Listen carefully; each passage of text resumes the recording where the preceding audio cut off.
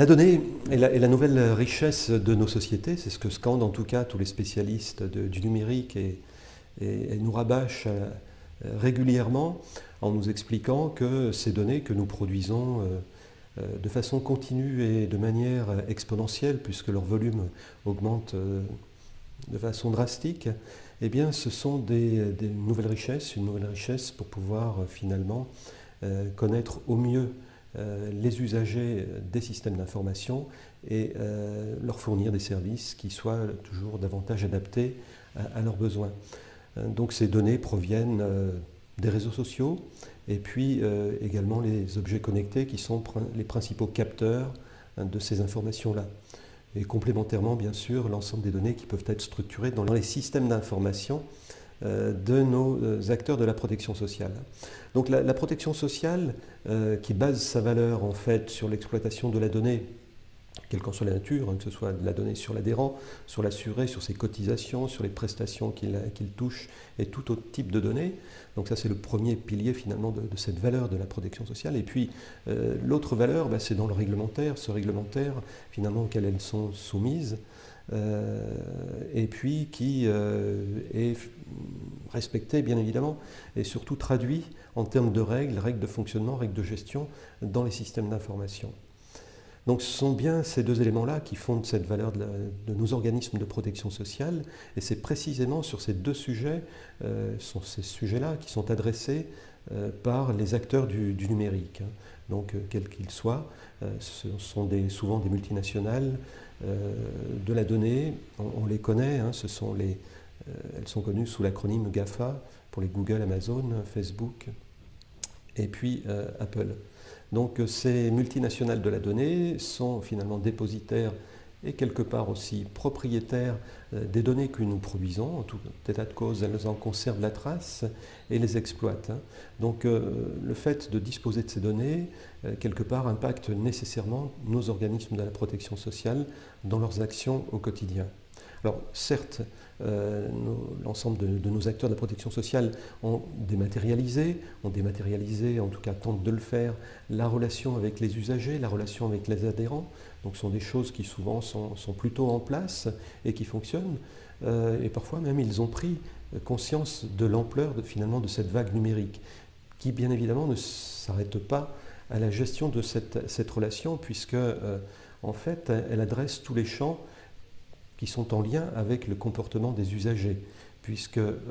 ce qui change, ce qui est nouveau, c'est des usagers qui sont à la fois plus informés, plus matures et plus exigeants, que ce soit exigeants en termes de couverture, en termes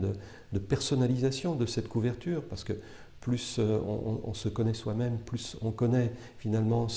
la couverture auquel on a droit, et plus on veut l'adapter à ses propres besoins. Donc ce niveau d'exigence est intimement lié à l'expérience de l'utilisateur qui induit des comportements sensiblement différents. Donc aujourd'hui, nos acteurs de la protection sociale, face à cette situation, ont engagé un certain nombre d'actions qui visent à mieux appréhender ces phénomènes et en particulier s'approprier les technologies sous-jacentes. On parle beaucoup de big data, c'est effectivement cette capacité à traiter ces gros volumes de données que j'évoquais initialement, les traiter à la fois en termes de traces, de sauvegarde bien entendu, mais surtout en termes d'exploitation, en particulier toutes ces données dites pertinentes, puisque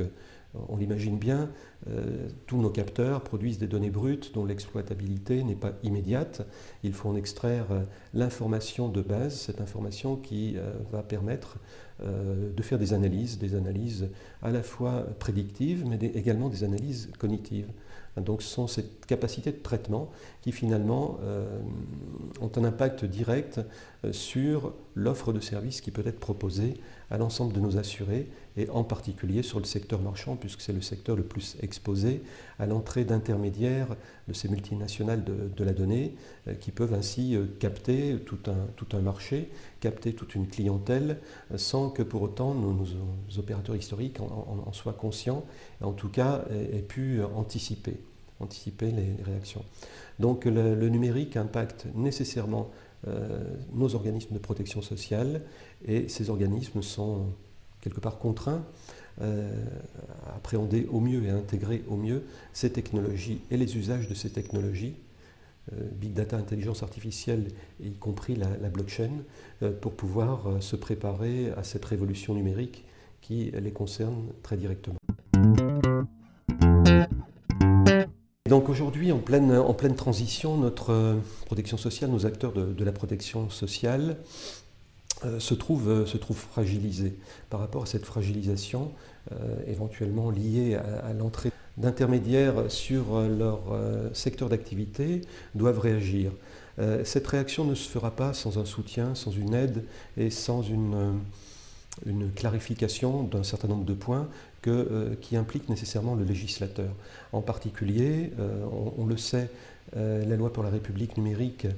assoit depuis le début de cette année, puisque le décret de loi tombe depuis le début 2017, un certain nombre de dispositions qui visent plutôt à protéger les propriétaires de la donnée, protéger également les acteurs qui sont censés exploiter et utiliser ces données-là. Donc il y a nécessairement un complément, un enrichissement de cette loi qui doit permettre finalement de mieux adresser des sujets tels que le droit des patients vis-à-vis du big data, qui aujourd'hui est assez peu couvert ou mal couvert actuellement, ou bien la valorisation des données, en particulier du secteur public, puisque ces données sont certes ouvertes, c'est en particulier une obligation de la loi au travers de la directive Open Data, mais qui nécessite une vraie valorisation précise et objective pour pouvoir être utilisée, exploitée, parce que ce n'est pas une opération tout simplement à somme nulle. Ensuite, ça ne se fera pas sans également un minimum de régulation sur l'entrée d'acteurs, en tout cas d'intermédiation sauvage, l'entrée d'acteurs donc nouveaux qui peuvent s'installer entre l'usager, le bénéficiaire et puis notre opérateur. Et une fois que cet acteur-là a pris, cet opérateur intermédiaire a pris la relation avec l'usager, ça va être très difficile de le déloger de cette situation. Donc il y a nécessairement un minimum de régulation à faire pour éviter cette intermédiation sauvage. Complémentairement, il y a des actions également plus dynamiques, une dynamique positive, qui visent à accroître cette modernité sociale que l'on peut obtenir au travers de nos technologies. Je pense en particulier à la technologie blockchain, donc cette technologie qui permet à la fois de faciliter le traitement automatique de contrats au sens large, dès lors qu'il y a un engagement avec notre bénéficiaire, notre usager, quelque part on peut considérer qu'il y a contrat, et le traitement automatique de cette relation contractuelle peut être largement facilité par l'utilisation de la blockchain, qui complémentairement pourra également nous garantir la traçabilité de l'ensemble des actions, et ce à un niveau qui ne soit pas un niveau central d'un opérateur particulier, mais à un niveau totalement distribué. Donc c'est un phénomène tout à fait nouveau et tout à fait intéressant qu'il va falloir intégrer nécessairement parce qu'il y a des gains de performance associés et tous nos opérateurs sont en recherche de performance inévitablement. Donc la blockchain fait partie des champs d'expérimentation qu'il va falloir ouvrir à un certain nombre de secteurs d'activité qui aujourd'hui ne sont pas accessibles ou adressables en dehors du secteur marchand, j'entends. Et puis également un autre sujet qui concerne finalement notre connaissance, notre capacité à appréhender le numérique qui est très disparate. Je ne parle pas bien entendu de ce qui relève des infrastructures, donc de l'accès à Internet avec du haut débit. Okay, ça c'est de l'infrastructure, il y a déjà des opérations en cours, des projets de déploiement. Ils prennent du retard, certes, mais ils sont installés, ils sont en place. Mais complémentairement, il paraît assez essentiel de rendre plus autonome l'ensemble de nos acteurs, de nos usagers plus précisément. Les usagers de la protection sociale, parce que tout simplement ils vont être confrontés de plus en plus à l'utilisation numérique. Et si on ne veut pas qu'il y ait un décalage, une rupture et finalement une segmentation naturelle des populations, eh bien, il va bien falloir que tout le monde puisse se mettre à niveau par rapport à leur capacité à appréhender au mieux ce numérique, le big data et toutes les technologies associées.